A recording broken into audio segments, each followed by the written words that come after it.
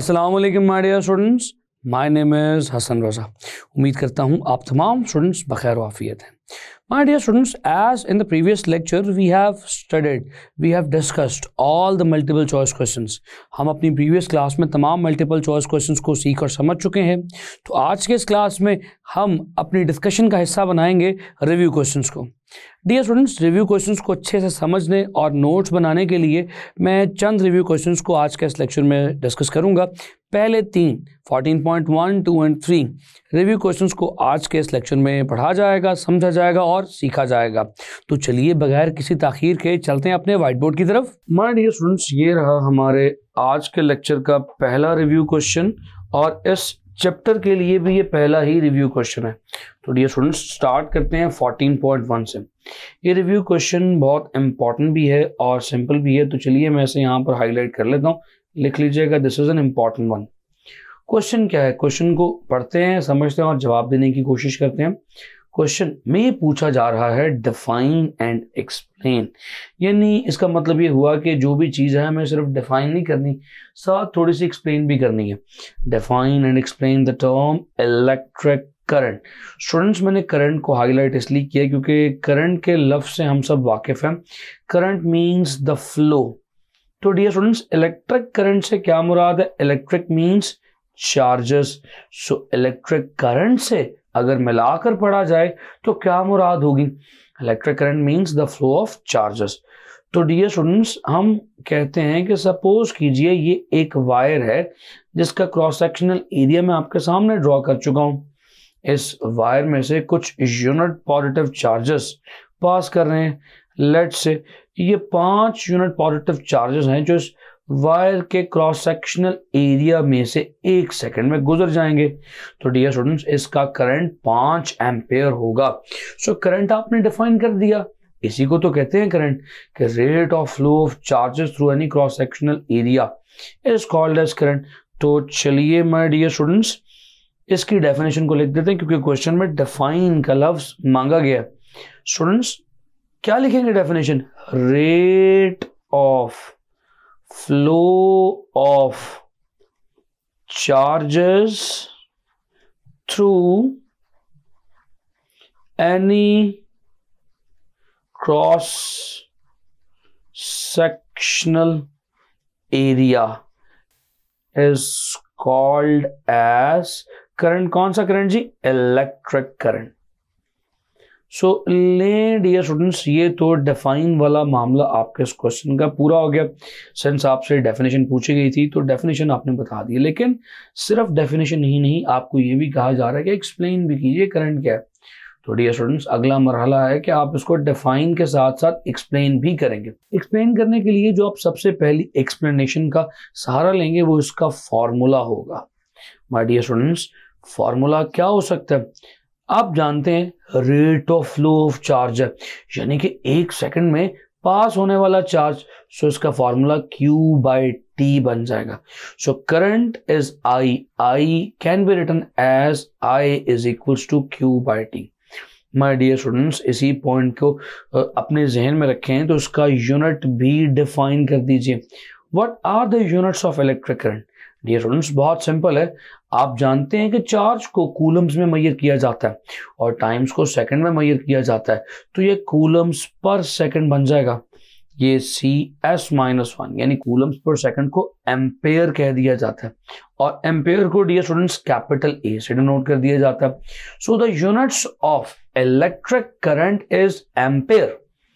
तो my dear students, units तो अब आपके सामने आ चुके हैं, तो क्यों ना इसके यूनिट को भी डिफाइन कर दिया जाए। ये करंट 1 एम्पेयर कब बनेगा? तो let's define the unit ampere. Students, unit 1 ampere कब होगा? इमेजिन कीजिए कि आपके पास ये जो क्रॉस सेक्शनल एरिया है, इस क्रॉस सेक्शनल एरिया में से 1 कूलम चार्ज, सिर्फ 1 कूलम चार्ज 1 सेकंड में पास करें। So this is 1 coulomb charge. Let's say it passes through this area in 1 second, then I will say the current which is passing through this cross sectional area is 1 ampere। तो चलिए लिखते हैं if 1 coulomb of charge is passing through the cross sectional area in 1 second, then the current is going to be 1 ampere. My dear students, definition आपके book में भी लिखी है और हम इसे चैप्टर के दौरान बहुत डिटेल से डिस्कस करके भी आए हैं, तो कोशिश कीजिए कि डेफिनेशन आप एज इट इज बुक वाले लिखे। मैं कुछ सीधे सीधे से सादे सादे से कॉन्सेप्ट्स आपके साथ शेयर कर रहा हूँ। तो एक क्रॉस सेक्शनल एरिया में से 1 सेकंड में से गुजरने वाला चार्ज अगर 1 कूलम हो तो करंट 1 एम्पियर कहलाएगा। बहुत सिंपल सी बात थी, आपने करंट को ना सिर्फ डिफाइन कर दिया इस छोटे से सवाल के अंदर, बल्कि इसको एक्सप्लेन भी कर दिया by giving it's units, it's formula and the definition of its units. उम्मीद करता हूं ये पॉइंट आपको यहां पर समझ आया। माय डियर स्टूडेंट्स, ये रहा हमारे आज के लेक्चर का नेक्स्ट रिव्यू क्वेश्चन 14.2। चलिए इसको भी समझने की कोशिश करते हैं। सवाल में हमसे कहा जा रहा है what is the difference. Dear students, आमतौर पर डिफरेंस वाले क्वेश्चंस इंपॉर्टेंट होते हैं। What is the difference between electronic current and the conventional current. तो आपको इस सवाल में इलेक्ट्रॉनिक और कन्वेंशनल करंट का डिफरेंस बताना है। तो चलिए पहले बात कर लेते हैं इलेक्ट्रॉनिक करंट की। डियर स्टूडेंट्स, जैसे कि आप नाम से महसूस कर सकते हैं, लफ्ज है इलेक्ट्रॉनिक करंट। सो ऐसा करंट जो इलेक्ट्रॉन्स के फ्लो की वजह से हो, यानी नेगेटिव चार्जेस के फ्लो की वजह से हो, तो इलेक्ट्रॉनिक करंट कहलाएगा। चलिए इस बात को पहले डायग्राम से समझते हैं, फिर इसको डिफाइन भी कर लेंगे। डियर स्टूडेंट्स, सपोज कीजिए कि ये आपके पास एक अदद वायर है और इस वायर को आप कनेक्ट किए हुए हैं एक बैटरी के साथ। तो चलिए बैटरी भी साथ ड्रॉ कर लेते हैं। So this is the wire connected with the battery. This is the positive terminal of the battery. This is the negative terminal of the battery. तो my dear students, ये सर्किट कंप्लीट हो गया। अब circuit तो complete हो गया, मगर current की डायरेक्शन क्या होगी। आप जानते हैं कि इलेक्ट्रॉन्स नेगेटिव टर्मिनल से पॉजिटिव टर्मिनल की तरफ फ्लो करते हैं। तो जितने भी इलेक्ट्रॉन्स इस कंडक्टिंग वायर में मौजूद होंगे वो नेगेटिव से पॉजिटिव टर्मिनल की तरफ रश करेंगे। तो उनके इसी फ्लो की वजह से जो करंट कहलाएगा वो इलेक्ट्रॉनिक करंट कहलाएगा। तो my dear students, let's define it. तो उसको डिफाइन कर देते हैं। सो हम क्या डिफाइन करेंगे, करंट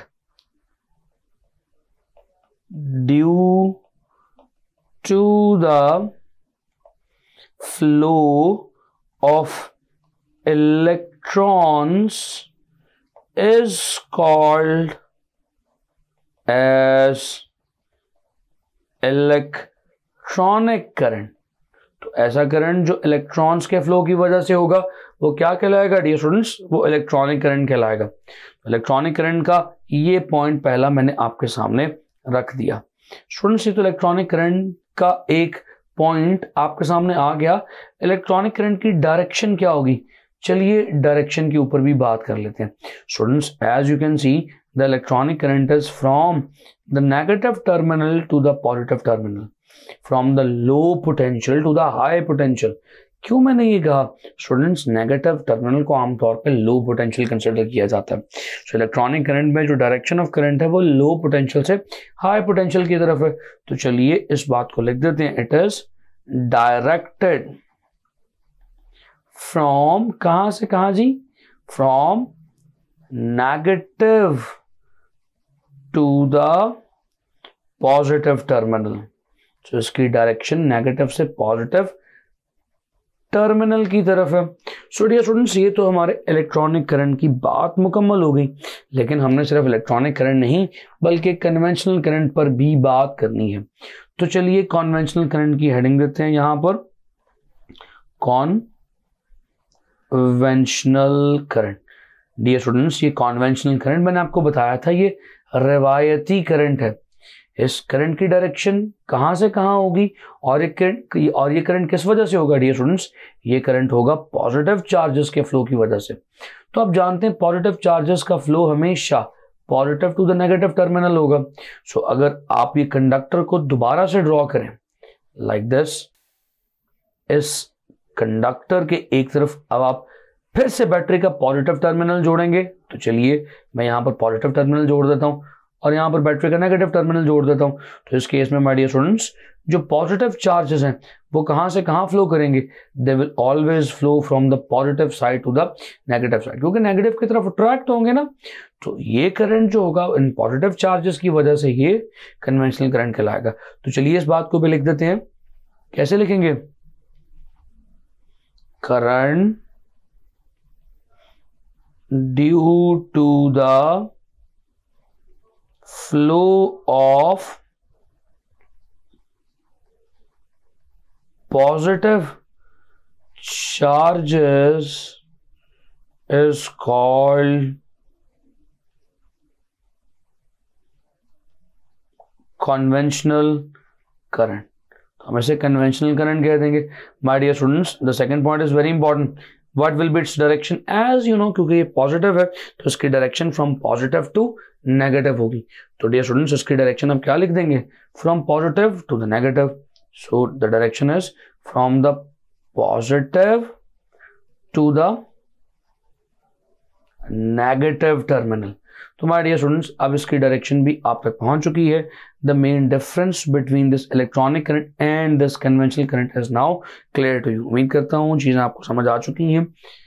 स्टूडेंट्स, अगर आप में से किसी के जहन में ये आ रहा है कि सर क्या हम फॉर्मूला और यूनिट्स लिख सकते हैं इसमें, तो डियर स्टूडेंट्स इसमें फार्मूला और यूनिट्स तो सेम है, क्योंकि इलेक्ट्रॉनिक करंट का फार्मूला भी वही है जो कन्वेंशनल करंट के, क्योंकि दोनों फ्लो ऑफ चार्जेस हैं, दोनों Q/T होंगे। तो अब इस सवाल में फार्मूला और यूनिट्स नहीं लिख सकते क्योंकि वो सेम है, आपको डिफरेंस लिखना है। What is the difference between electronic and conventional current आपने बताना है। सो इसी वजह से आपको इस सवाल में फार्मूला और यूनिट्स लिखने की जरूरत नहीं है। उम्मीद करता हूँ कि कॉन्सेप्ट आपको क्लियर हुआ है। अब हम मूव करते हैं अपने अगले सवाल की तरफ। माय डियर स्टूडेंट्स, ये रहा हमारे आज के लेक्चर का नेक्स्ट रिव्यू क्वेश्चन, और इस चैप्टर के लिए भी ये थर्ड रिव्यू क्वेश्चन है। डियर स्टूडेंट्स, क्वेश्चन है 14.3। स्टूडेंट्स, क्वेश्चन से what do you mean by the term EMF, is it really a force. अब जानते हैं ये सवाल हमसे क्यों पूछा जा रहा है, क्योंकि अगर आप इस EMF की फुल फॉर्म लिखें तो इसका मतलब है इलेक्ट्रो मोटिव फोर्स। तो इसकी फुल फॉर्म को अगर देखा जाए तो इलेक्ट्रोमोटिव फोर्स है। तो हमसे पूछा जा रहा है is it really a force, क्या ये वाकई कोई फोर्स है। तो डियर स्टूडेंट्स, इसका जवाब क्या होगा, इसका जवाब होगा कंप्लीट एक्सप्लेनेशन की फॉर्म में कि आप बताएं कि EMF होती क्या है। स्टूडेंट्स, चलिए थोड़ा सा एक्सप्लेन करते हैं EMF क्या होती है। आइए, अब EMF को एक्सप्लेन करने के लिए हमें फिर से एक वायर की एग्जांपल लेनी पड़ेगी। That wire is connected with the battery. So this is the wire.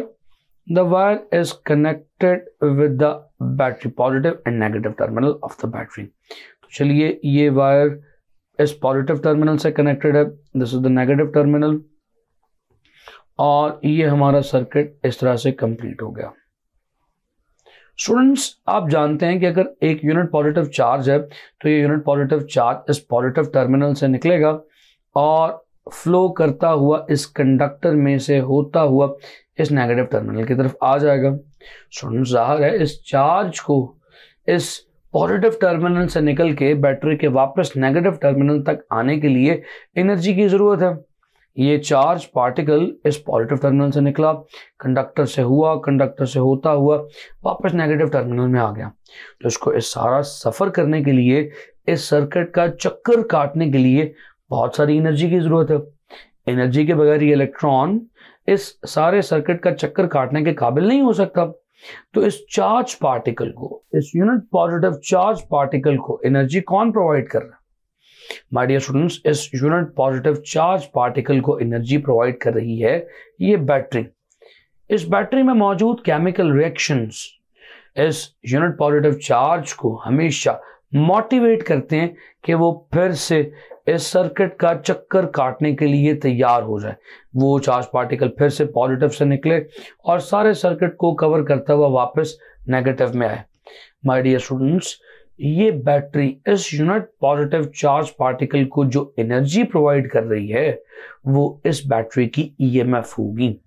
तो आप ये कह सकते हैं the energy supplied by the battery to the unit positive charge is called as EMF। चलिए मैं इस पॉइंट को यहां पर आपके सामने एक्सप्लेन करने की कोशिश कर देता हूं। सो हम लिख सकते हैं energy provided by the battery to the unit positive charge is called as the EMF। My dear students, क्योंकि मुझे यहाँ पर डिफाइन नहीं करना था, आपको मैंने कॉन्सेप्ट देना था, तो कॉन्सेप्ट मैं आपको दे चुका हूँ। ये energy provided by the battery to the unit positive charge है। तो डियर स्टूडेंट्स, इसी एतबार से इसका फॉर्मूला क्या बनेगा? What will be the formula for this EMF? आप कह सकते हैं it is the energy provided by the battery to the unit positive charge. तो डियर स्टूडेंट्स, ये एनर्जी है, E फॉर एनर्जी, जो एक यूनिट पॉजिटिव चार्ज को प्रोवाइड की जा रही है। तो डियर स्टूडेंट्स, ये फॉर्मूला तो बिल्कुल पोटेंशियल डिफरेंस की तरह का ही बना, क्योंकि उसमें work done per unit charge होता है, इसीलिए इसके यूनिट्स भी वही होंगे जो EMF के होते हैं, क्योंकि नेचर ऑफ फॉर्मूला सेम है। तो पोटेंशियल डिफरेंस के यूनिट्स क्या होते हैं जी? जाउल्स पर कूलम, जिसे आप वोल्ट्स कहते हैं। So nature of formula same होने की वजह से नेचर ऑफ यूनिट्स भी सेम हो गए, वोल्ट्स यूनिट्स आ गए। लेकिन माय डियर स्टूडेंट्स, यहाँ पर ये बात साबित होती है कि ये फोर्स तो कम से कम नहीं है। So it is not a force. जो हमसे पूछा जा रहा था, is it really a force, तो आप कहेंगे no, it is not the force, it is the energy provided by the battery to the unit positive charge. So it is energy supplied by the battery to the charge. It is not the force. अगर ये force होती तो इसके units Newton होते, क्योंकि ये energy per unit charge है, लिहाजा इसके यूनिट्स जाउल्स पर कूलम यानी कि वोल्ट्स हैं। माय डियर स्टूडेंट्स, उम्मीद करता हूं कि ये पॉइंट आपको क्लियर हुआ होगा। माय डियर स्टूडेंट्स, मैं उम्मीद करता हूं कि ये पहले तीनों रिव्यू क्वेश्चंस अब आपके लिए बहुत सिंपल हैं। आपने इन रिव्यू क्वेश्चंस में अपने कॉन्सेप्ट्स का रिव्यू कर लिया। तो अब अगली वीडियो में हम मिलेंगे फर्दर कुछ नए रिव्यू क्वेश्चंस के साथ। तो तब तक के लिए मुझे इजाज़त दीजिए, आपसे मुलाकात करूंगा अगले वीडियो लेक्चर में। सी यू नेक्स्ट टाइम। खुदा हाफिज़।